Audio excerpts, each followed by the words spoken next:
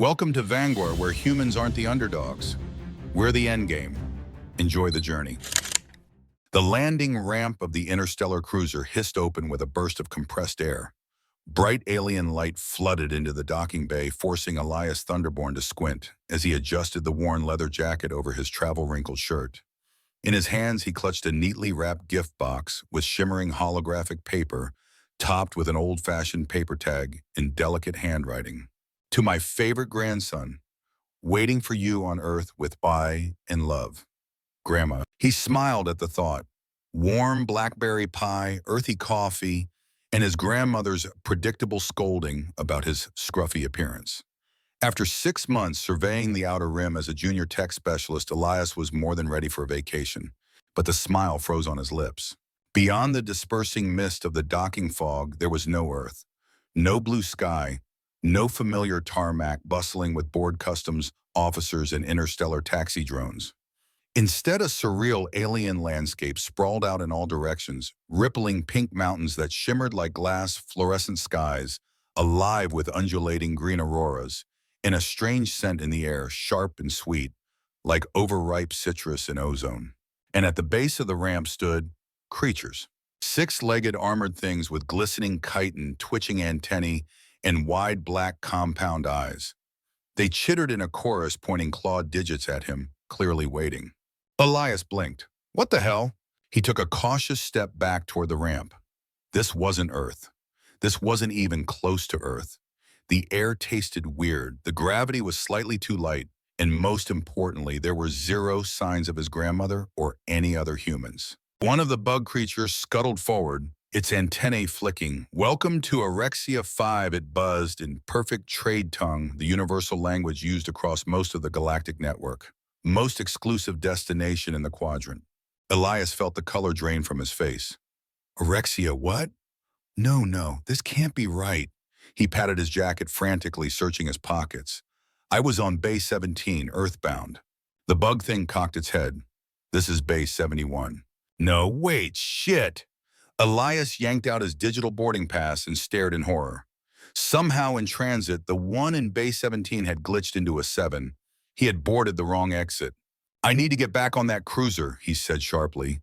He spun around only to see the landing ramp, retracting engines rumbling to life. Wait, he shouted, waving his arms like a madman.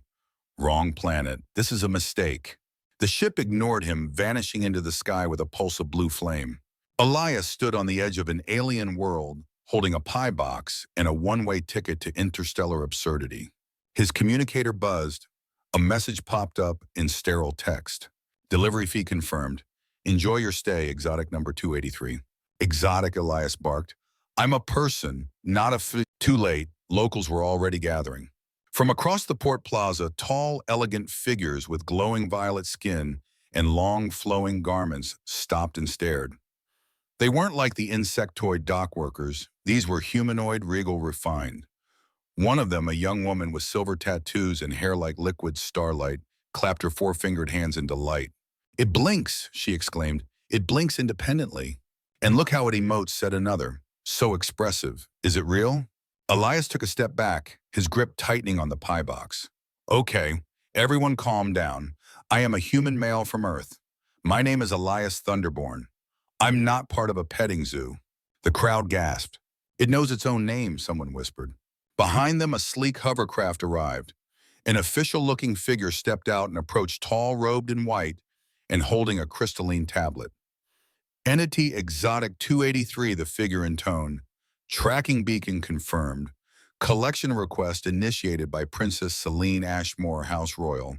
Delivery is now complete. Elias didn't even have time to yell. A sharp click sounded above him. A tiny disc had landed on his head, and before he could rip it off, the ground vanished. He fell, screaming, through a tunnel of light.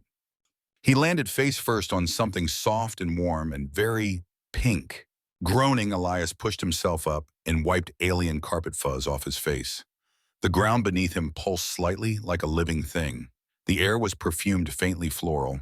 Before him stood a pair of violet feet, delicate, bare, and unmistakably feminine. His gaze traveled upward, long, sculpted legs, the hem of a sheer silk robe, a toned midsection, And finally, a breathtakingly alien face with luminous electric blue eyes and cascading silver braids. She looked down at him, expression unreadable. "You're even more beautiful than the catalog photo," she said, lips curving into a slow smile. Elias scrambled to his feet, still clutching the now crushed gift box. "Okay, what the hell is going on?"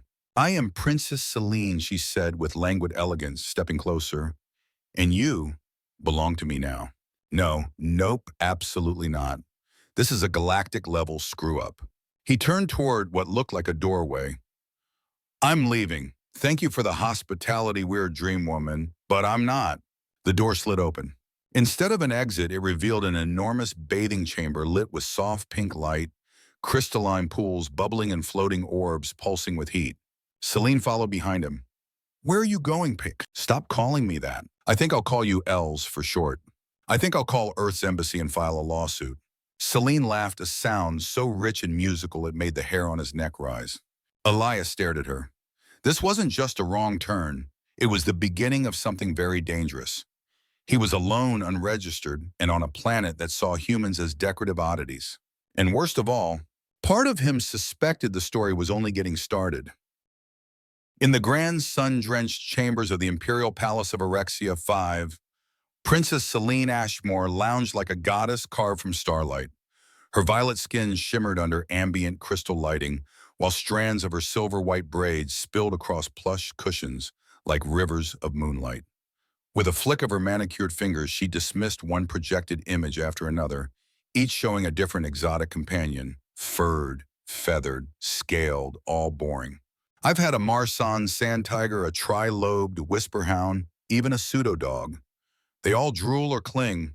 "Where is the spark?" she complained, rolling her eyes and tossing a holographic catalog aside. Standing at attention beside her was Vix, her loyal chamber assistant, a slim Erexian with sea-green eyes and perfect posture. "Perhaps a custom hybrid, Your Highness," he offered delicately. "No, I need something unpredictable," Celine replied, stretching with a feline grace. "Something that doesn't just obey commands or purr on cue. I want chaos. I want danger." The catalog shimmered to life again. Vix had filtered it by rarest classifications. Suddenly, a new listing flashed across the screen.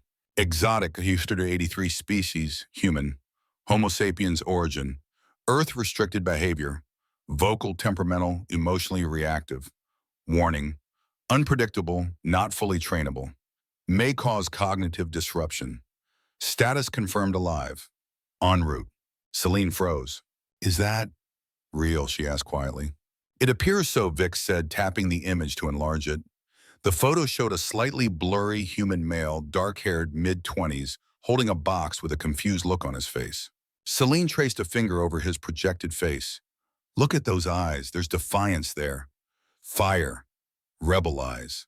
Earth humans have been banned from trade ever since the 2342 incident. Vix noted, his tone cautious. "That's what makes it perfect," Celine whispered, a wicked grin curling across her lips. "Add to cart and expedite delivery." Moments later, across the palace, a chamber control panel chimed, "Incoming. Stand by for collection of exotic 283. Back in the lavish royal quarters, Elias paced like a caged animal. He had explored every visible exit and found only strange fixtures and seamless walls. The air was fragrant, too perfect. Everything was designed for comfort and control. A floating crystalline orb hovered over him, occasionally pulsing like it was scanning him. He'd thrown a pillow at it. It giggled. "I am not a pet," Elias muttered for the 20th time. The door opened, and in walked Celine, robed in a different silken wrap, this one translucent and iridescent, revealing more than it hid. She looked like she'd just walked off the cover of Alien Vogue. "You've calmed down," she observed. "Only because I'm tired of screaming," Elias replied, arms folded. Celine studied him like a scientist studying a new lab creature. "You're exquisite. I've never seen musculature like this on a Type A exotic." "I'm a human being," Elias snapped. "From Earth. I was on leave heading to see my grandmother."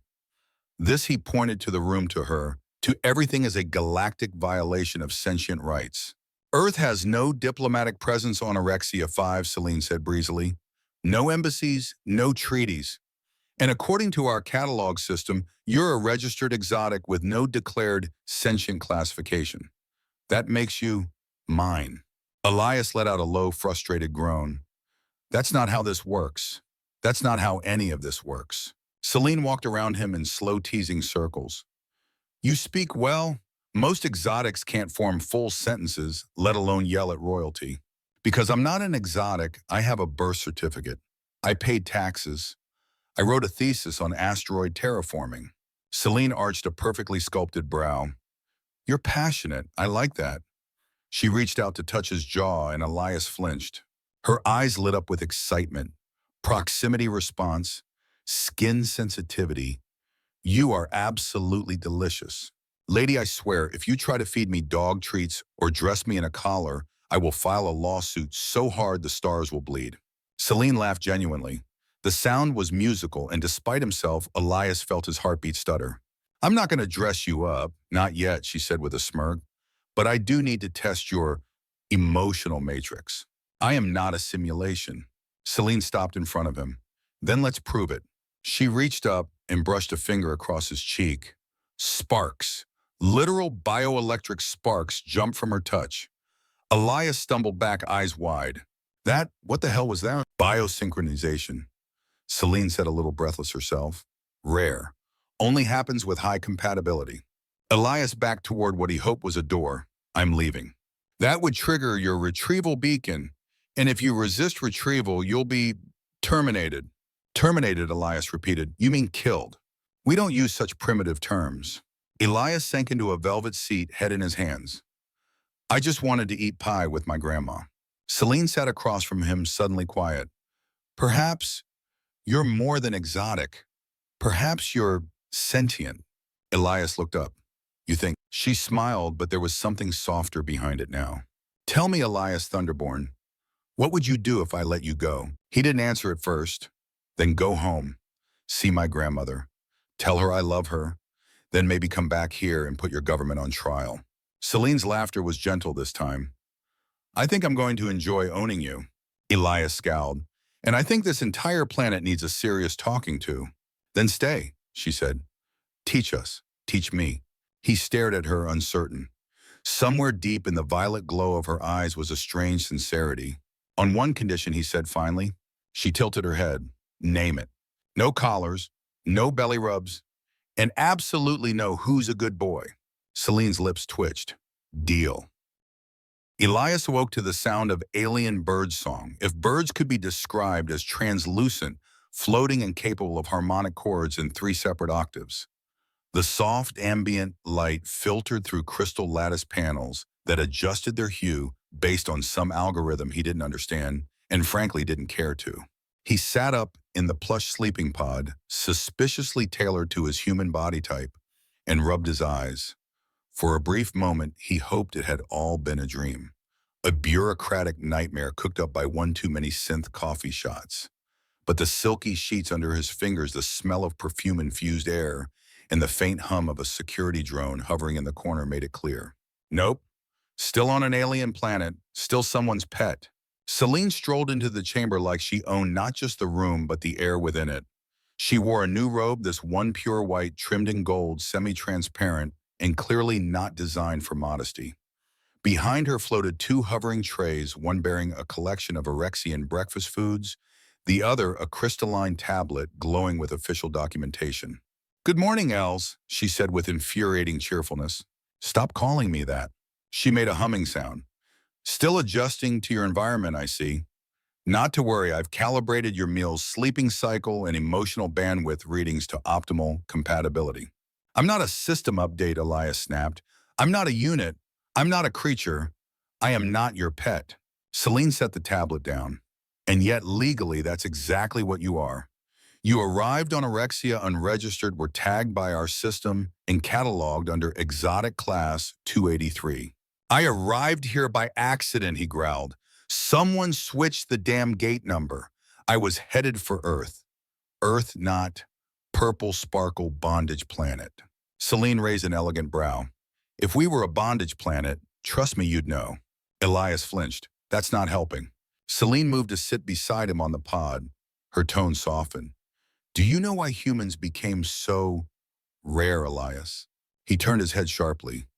Because you banned us. Because your people treat sentient species like pets. Because your kind made us feel, she said quietly. That stopped him cold. In the early exchanges between Erexians and Earthlings, something strange began happening, she continued. Erexian partners developed irrational attachments, emotional entanglements. Some even abandoned their duties, fell in love, caused collapse. Sounds like a you problem, Elias muttered. Perhaps, but ever since human imports have been forbidden, you've become mythologized, dangerous, chaotic, alluring, illegal. Elias stood and began pacing. You're talking about falling in love like it's a virus. That's what this is to you. A contagion. Yes, she admitted, unblinking. And you're a walking biological hazard. Cool, Elias said bitterly. So now I'm not just an exotic animal, I'm a biothreat. She tilted her head. Do you deny that you have an effect? He stopped, looked at her, looked really at her. Everything about her screamed alien nobility. Flawless skin that glowed faintly, eyes like blue supernova. A body built like a genetic sculptor's magnum opus. But behind the regality, behind the teasing, something real was peeking through. Curiosity, vulnerability. Maybe even gods helped them both, compassion.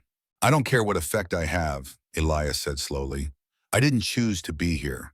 I didn't ask to be purchased. I didn't volunteer to be anyone's emotional crash test dummy. Celine stood and walked toward him, her expression unreadable.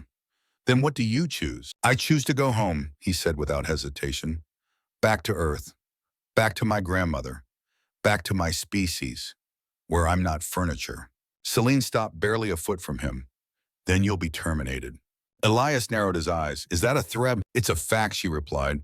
Unregistered exotics who resist integration are considered unstable. They're reclaimed, deconstructed, used for parts. He recoiled. That's not a law. That's butchery. It's survival, she said, but her voice trembled just slightly.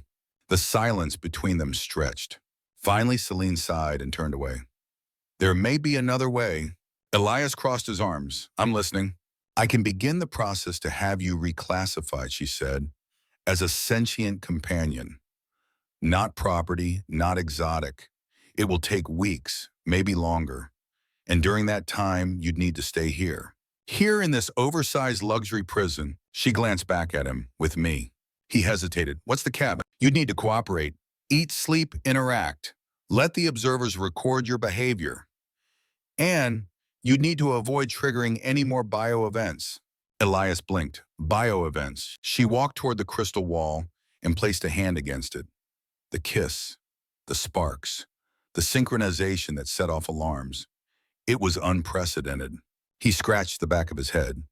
Yeah, that. Don't do it again. Elias smirked. You kissed me first.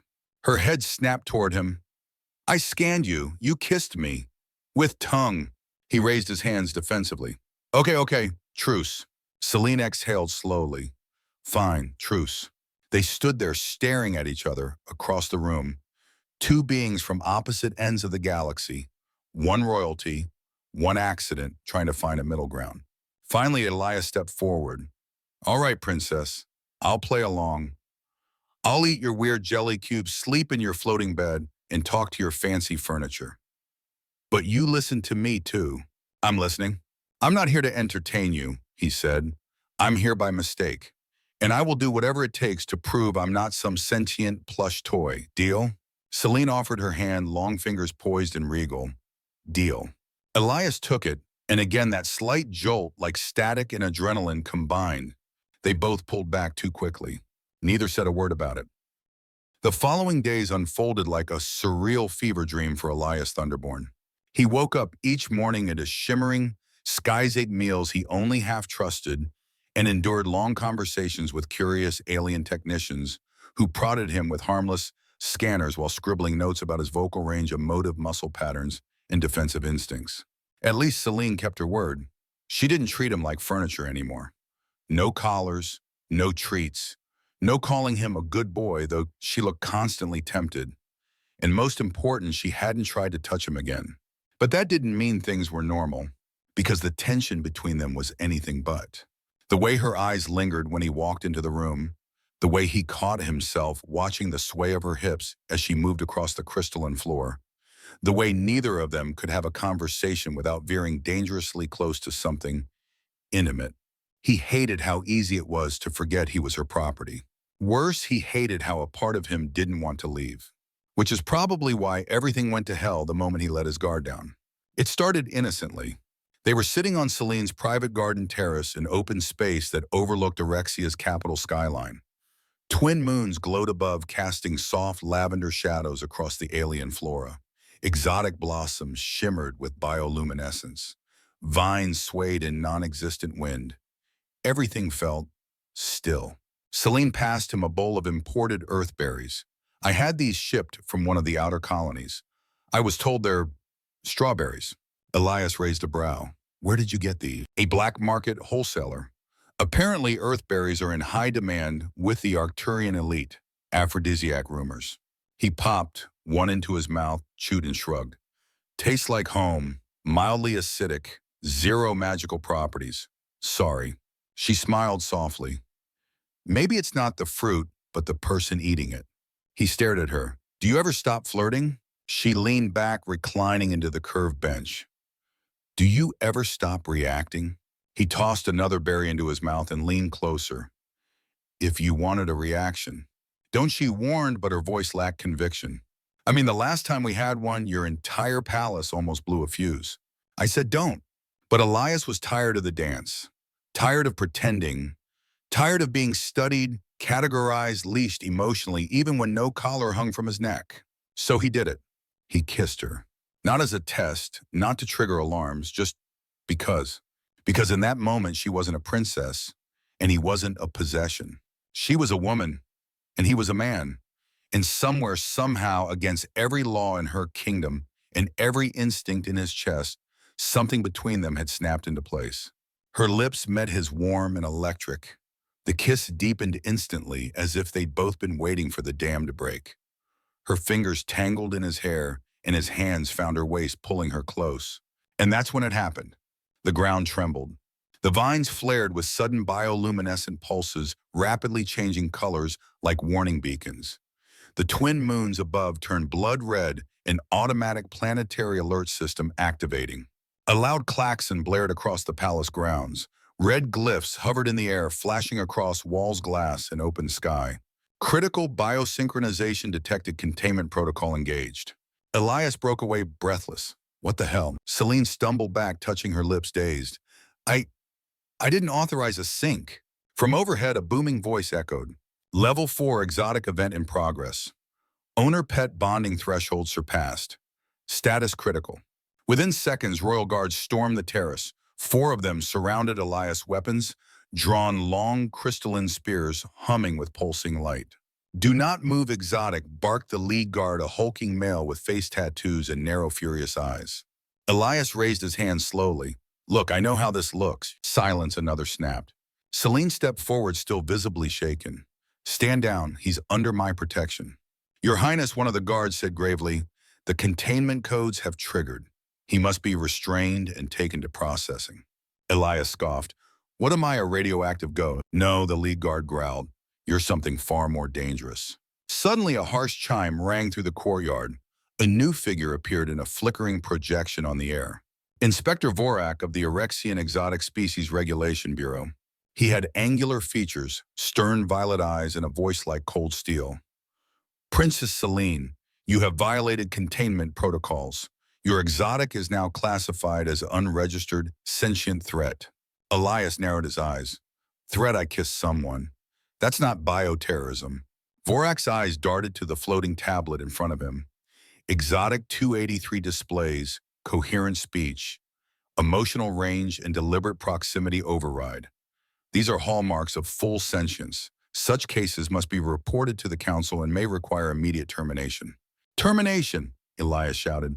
You people need therapy. Celine's voice dropped into something deeper, commanding. Inspector Vorak, I demand a private hearing before any further action is taken. You will have one, Vorak said coldly.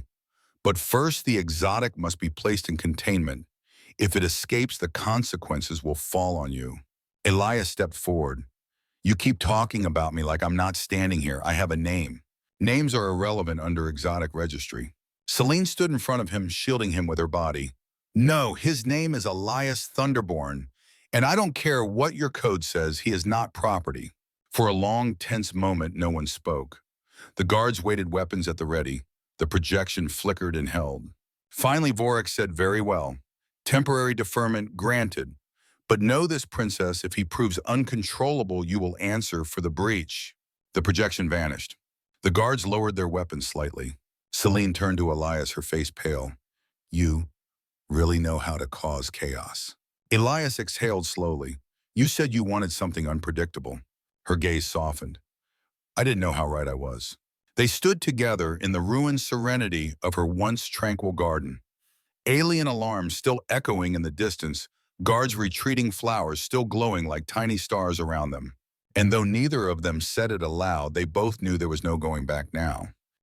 Elias Thunderborn had never felt so thoroughly dehumanized in his life, and that included the time he had been strip-searched at a security checkpoint on Ceres Prime because his belt buckle resembled a weapon of musical disruption. This was worse, way worse. After the biosynchronization incident on the garden terrace, the guards had escorted him at spear point through a labyrinth of gleaming crystalline corridors into a structure that looked like it had been designed by a sadistic fusion of a veterinary clinic and a luxury spa for exotic furniture. The Orexian Center for Exotic Regulation and Processing. The name sounded almost clinical, almost boring. It was anything but. The moment Elias stepped through the force field door, a voice declared in monotone, species classification pending. Begin behavioral documentation. A scanner swept down from the ceiling, bathing him in violet light. His clothes vanished, not vaporized, but teleported off his body into some unseen containment unit. Hey, Elias shouted, covering himself with his hands. A little warning next time. No one responded. Instead, two slender alien attendants entered the room, handed him a thin white jumpsuit, and began measuring. Every part of him, twice. One of them took a saliva sample, while the other clipped a strand of hair and sealed it in a floating orb. Neither spoke. Neither reacted to his protests. It was like being poked and prodded by statues with clipboards. After 30 excruciating minutes, Elias was brought to a clear holding chamber. Inside, a stern-faced Orexian woman awaited him. Her uniform was sharp. Her gaze was sharper. I am Administrator Kix, she said without looking up. Welcome to Level 3 Exotic Processing. You've triggered cross-category violations. Hi, I'm Elias, human, not an exotic. Can we start with that? Elias replied, arms still crossed in defiance. Kix finally glanced up unimpressed. Vocal mimicry noted, personality template rebellious, threat index moderate. I'm not mimicking anything, I'm speaking. Kix sighed as if bored already. You Earth types are all the same, spirited, flirtatious, aggressively self-aware. Because we're sentient, you can't treat us like pet. Kix calmly tapped on her crystal tablet, completely ignoring him. Subject demonstrates classic signs of behavioral delusion. Possible immersion contamination from owner contact. That was it. Elias slammed his fist on the transparent wall. You people are insane. I'm a living, breathing person with rights. I didn't ask to be brought here. I didn't sign up to be some princess's bio doll. Princess Celine has full ownership certification. Kix replied without emotion. Her registration is valid. Until reassignment or death, you are hers. Elias sank onto the seat defeated. I miss Pi. The next 2 hours were a blur of indignity. They ran cognitive tests, reaction speed trials, emotional resonance scans. One machine sprayed a mist on his face and recorded his flinch. Everything was documented. Everything was quantified. Finally, Kix announced classification complete. She raised a hand and a glowing image appeared in midair.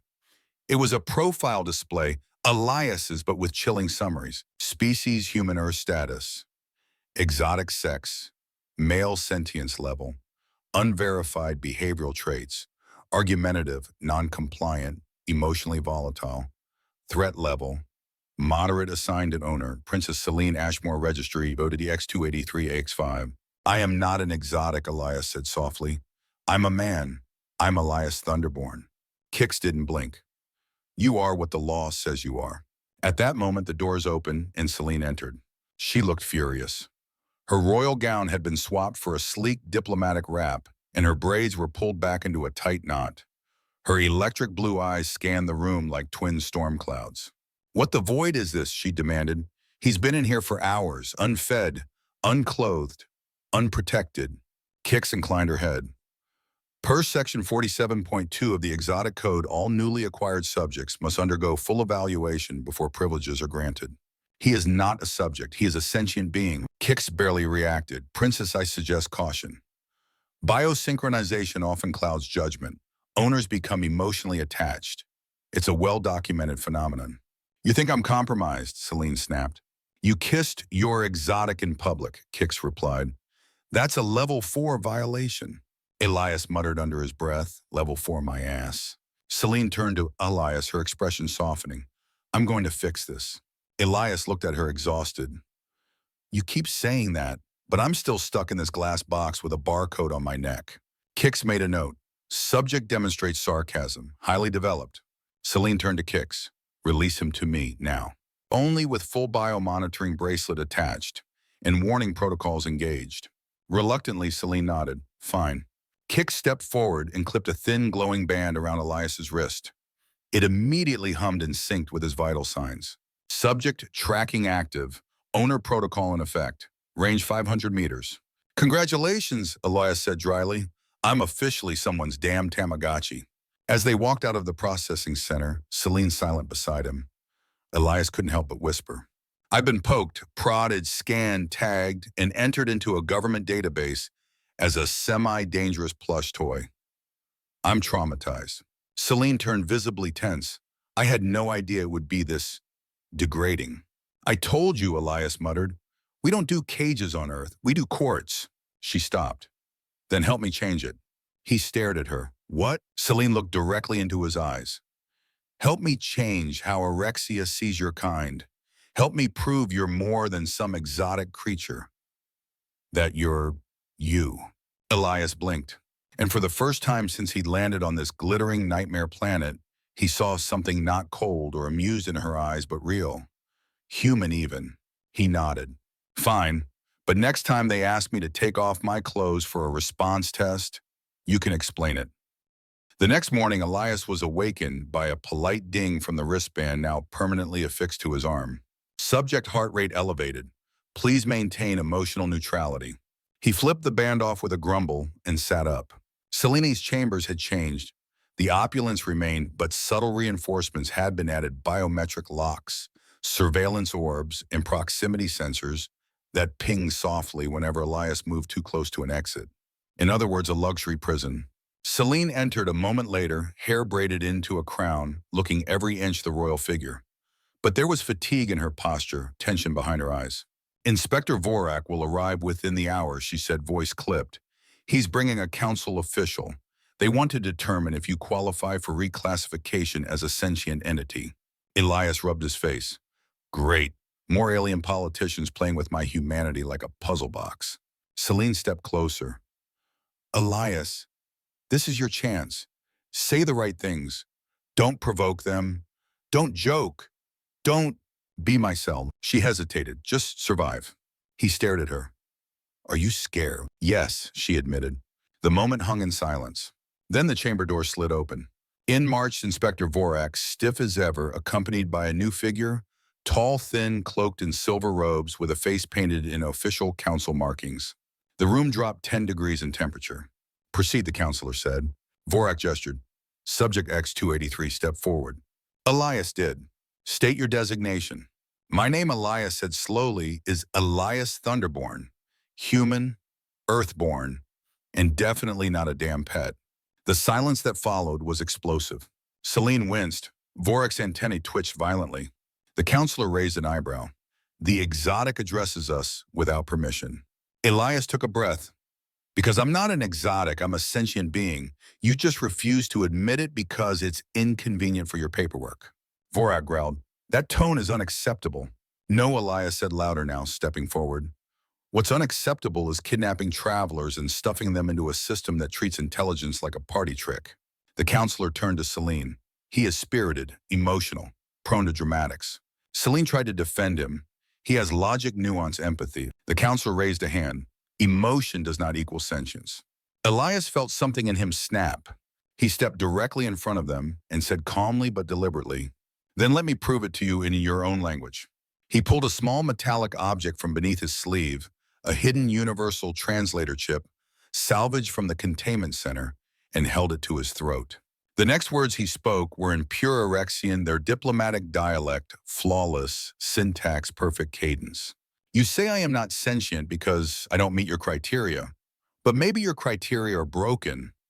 Maybe what you fear is recognizing sentience in something you once owned." Vorak's jaw dropped. The counselor froze mid-step.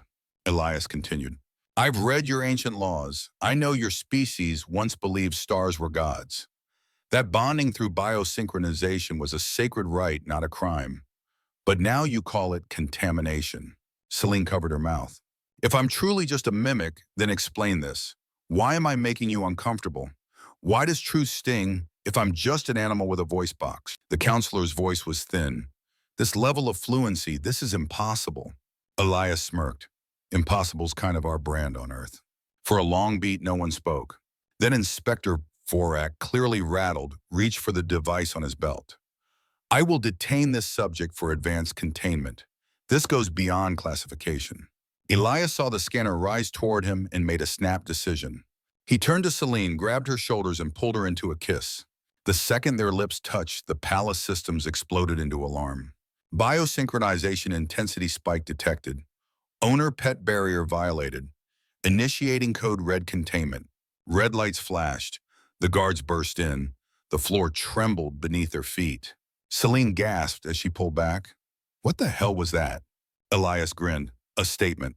Vorak was already screaming orders. "Restrain him. Contain the exotic."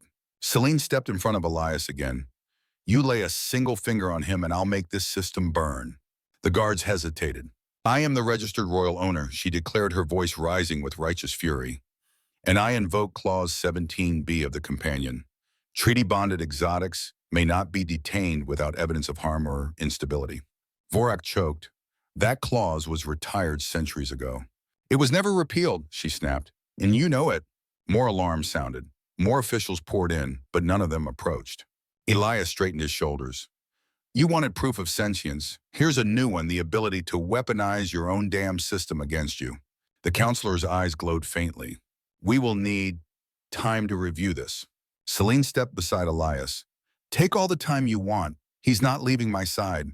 The counselor and Vorak turned and left in a storm of robes and sputtering excuses. The moment they were gone, Elias finally exhaled. "Holy shit," he muttered. "Did that actually work?" Celine looked at him like she'd never truly seen him before. "You were brilliant," she whispered, "and absolutely reckless. That's humanity in a nutshell." She smiled genuinely for the first time in days. "You know this isn't over, right?" "Oh, absolutely not," Elias said. "I just made myself the galaxy's most wanted talking monkey." Celine laughed, full, free, and scandalous. Elias looked at her. "So, what happens next?" She stepped closer. Now we fight like equals." The skies over the Erexian capital were unusually quiet that evening, until they weren't. One moment serenity, the next pandemonium. A thunderclap not native to Erexia shattered the atmosphere as a colossal Earth-built dreadnought appeared overhead, bypassing all orbital defenses with the calm indifference of a force that knew it belonged exactly where it had landed. Its hull bore one insignia, an old Earth military crest with two words beneath it in bold capital letters. Thunderborn Command. Inside the Royal Council Hall, panic spread like a computer virus through a nursery. Unauthorized vessel barked a security technician. No flight plan, no transponder ID. Another added, "They've overridden our satellite perimeter. Shields are non-responsive." At the very center of the hall, Inspector Vorak stood frozen. He knew exactly what was coming. And he knew exactly who was on board. Because only one human in the galaxy had the clearance, the arrogance, and the sheer legal authority to do this. General Vivin Thunderborn. Meanwhile, back in Celine's chambers, Elias stood at the window mouth, slightly open. "Oh no," he said, more stunned than relieved. "She actually came." Celine peered beside him, brow furrowing. "Who?" He turned to her with a mixture of pride and dread. My grandmother. Then, as if conjured by dramatic timing itself, the main door slammed open with a crash that reverberated through the palace.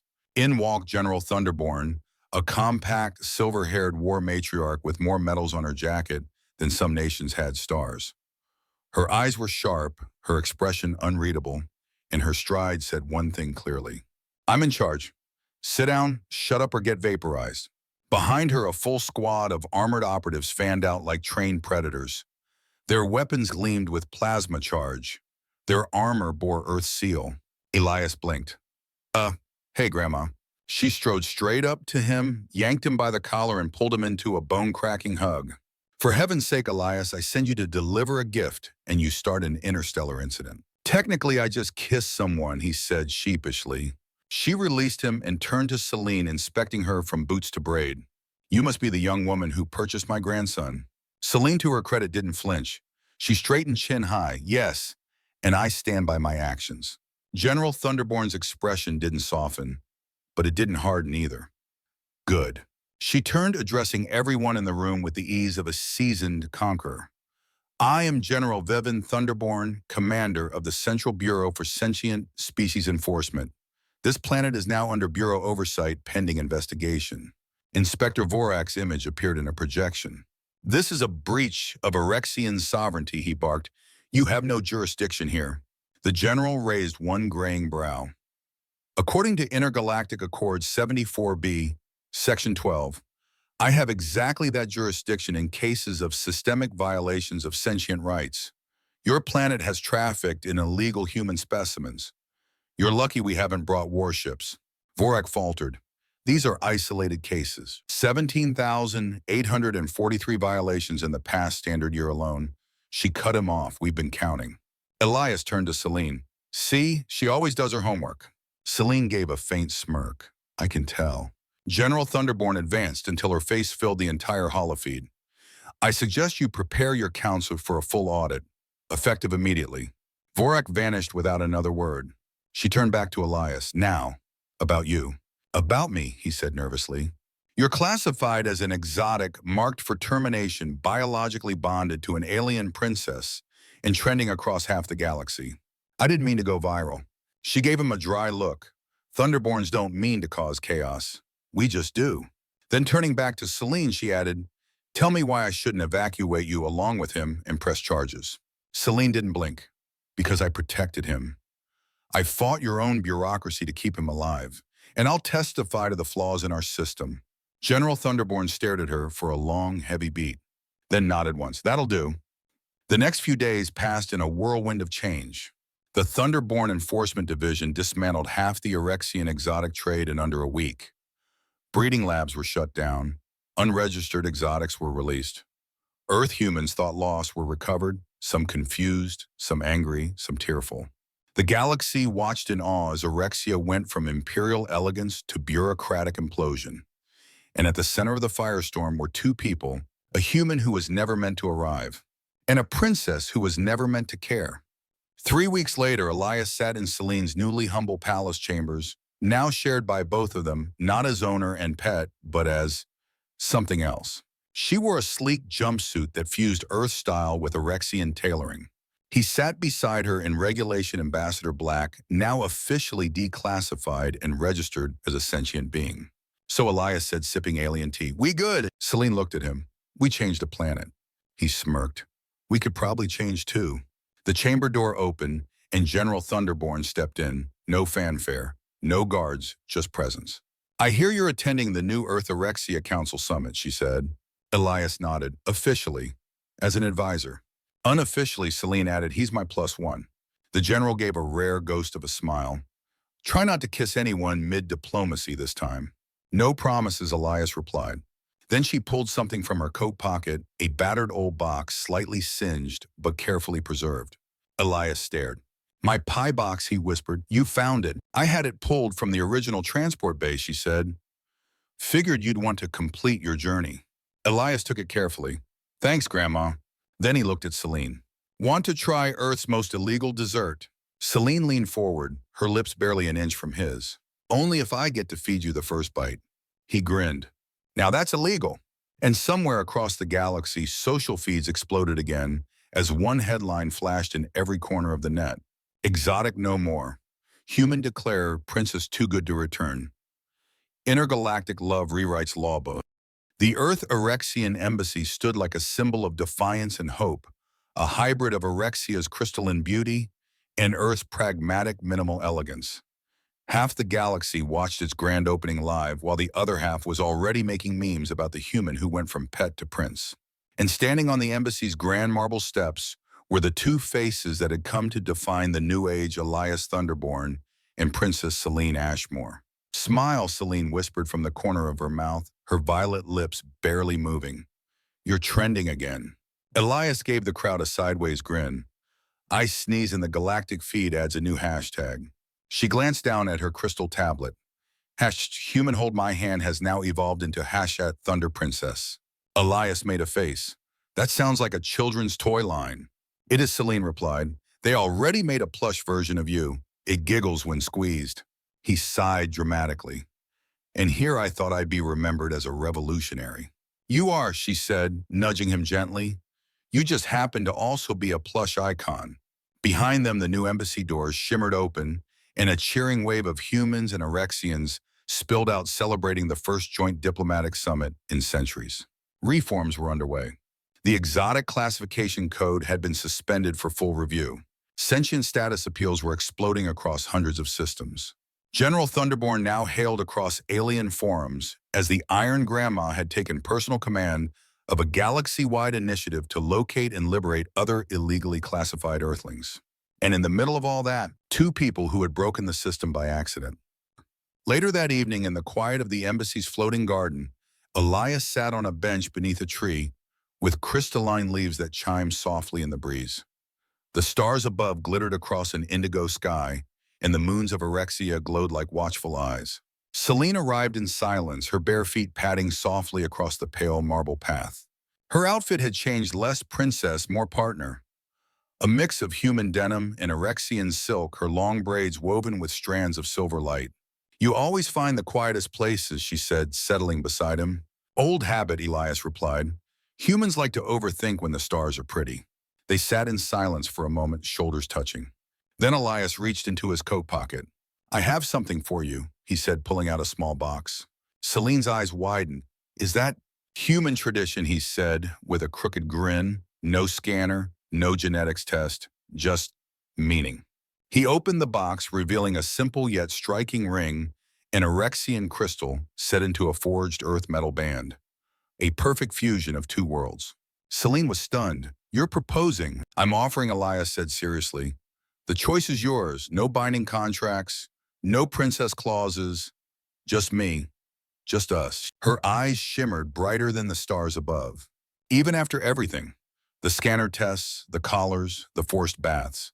"Especially after the baths," Elias said, grinning. "Very emotionally formative." She laughed, then pulled him into a kiss, soft, slow, powerful. When they pulled apart, Celine looked at him with electric blue fire in her gaze. "Yes," she whispered, 1,000 times yes." A small burst of pink light danced in the air above them, the residual biosync glow that had once caused chaos. Now it felt like fireworks. The wedding wasn't royal. It was diplomatic, which meant bureaucrats, ceremonial robes, 8 different species filing paperwork. But none of that mattered.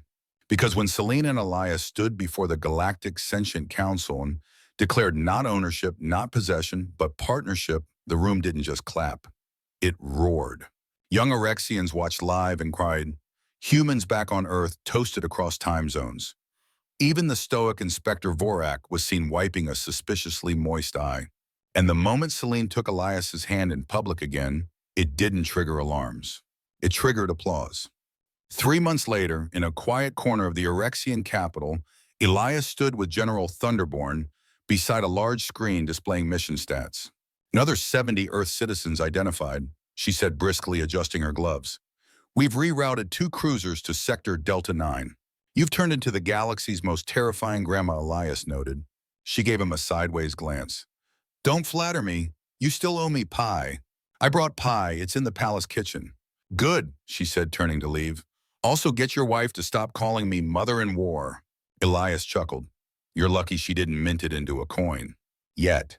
That night, back in their personal chambers, Elias and Celine sat on a couch made from interwoven alien vines and Earth-imported cushions. A hollow screen played a dramatized film based on their story. In the film, Elias was portrayed as a shirtless rogue with washboard abs and an Earth flag tattooed across his chest.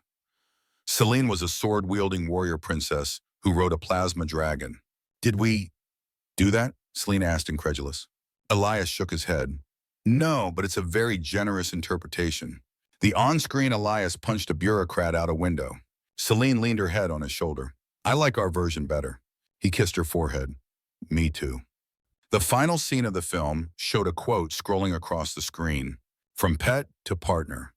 From exotic to equal. One human changed the law. One princess changed her heart. And together they changed the galaxy. Celine turned to him. Do you think that's true? He looked at her, really looked at her. I don't care if it's true for them. It's true for us. And somewhere across the galaxy, another young Erexian girl looked at a human boy and whispered the unthinkable. Do you think he'd hold my hand?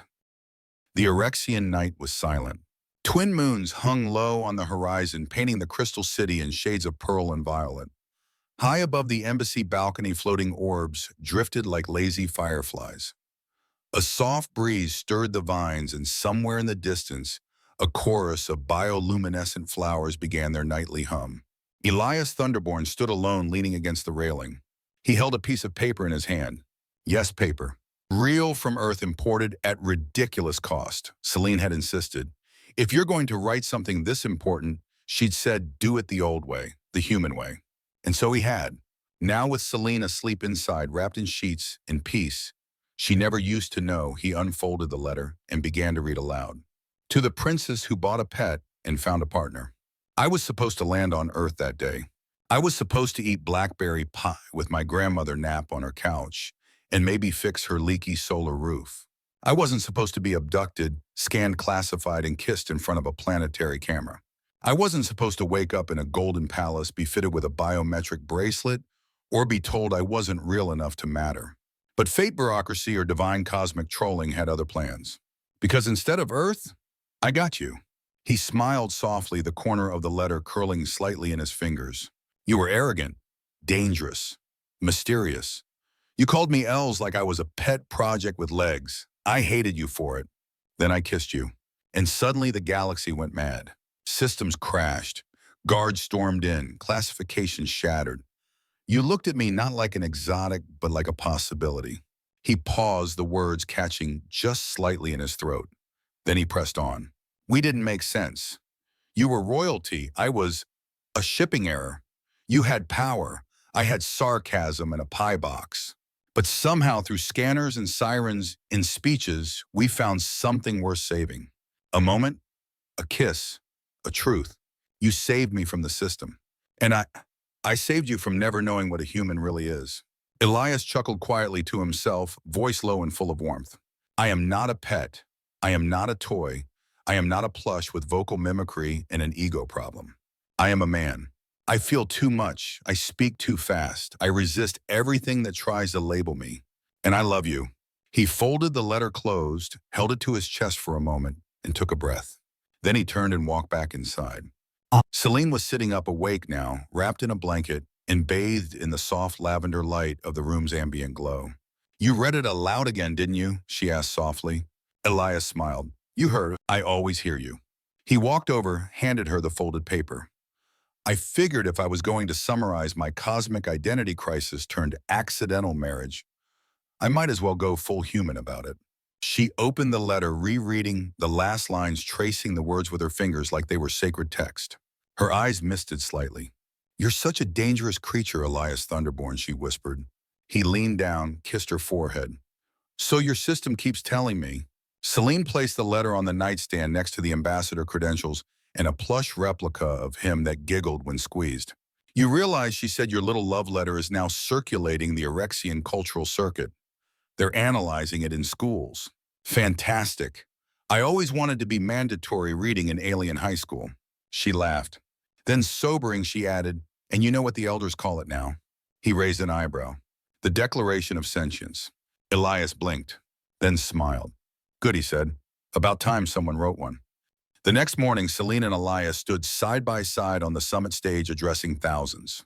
The new council chamber was packed with delegates from dozens of species, all of them watching this odd pair, human and Orexian rebel and royalty, as they announced the ratification of the Intergalactic Sentient Species Recognition Act.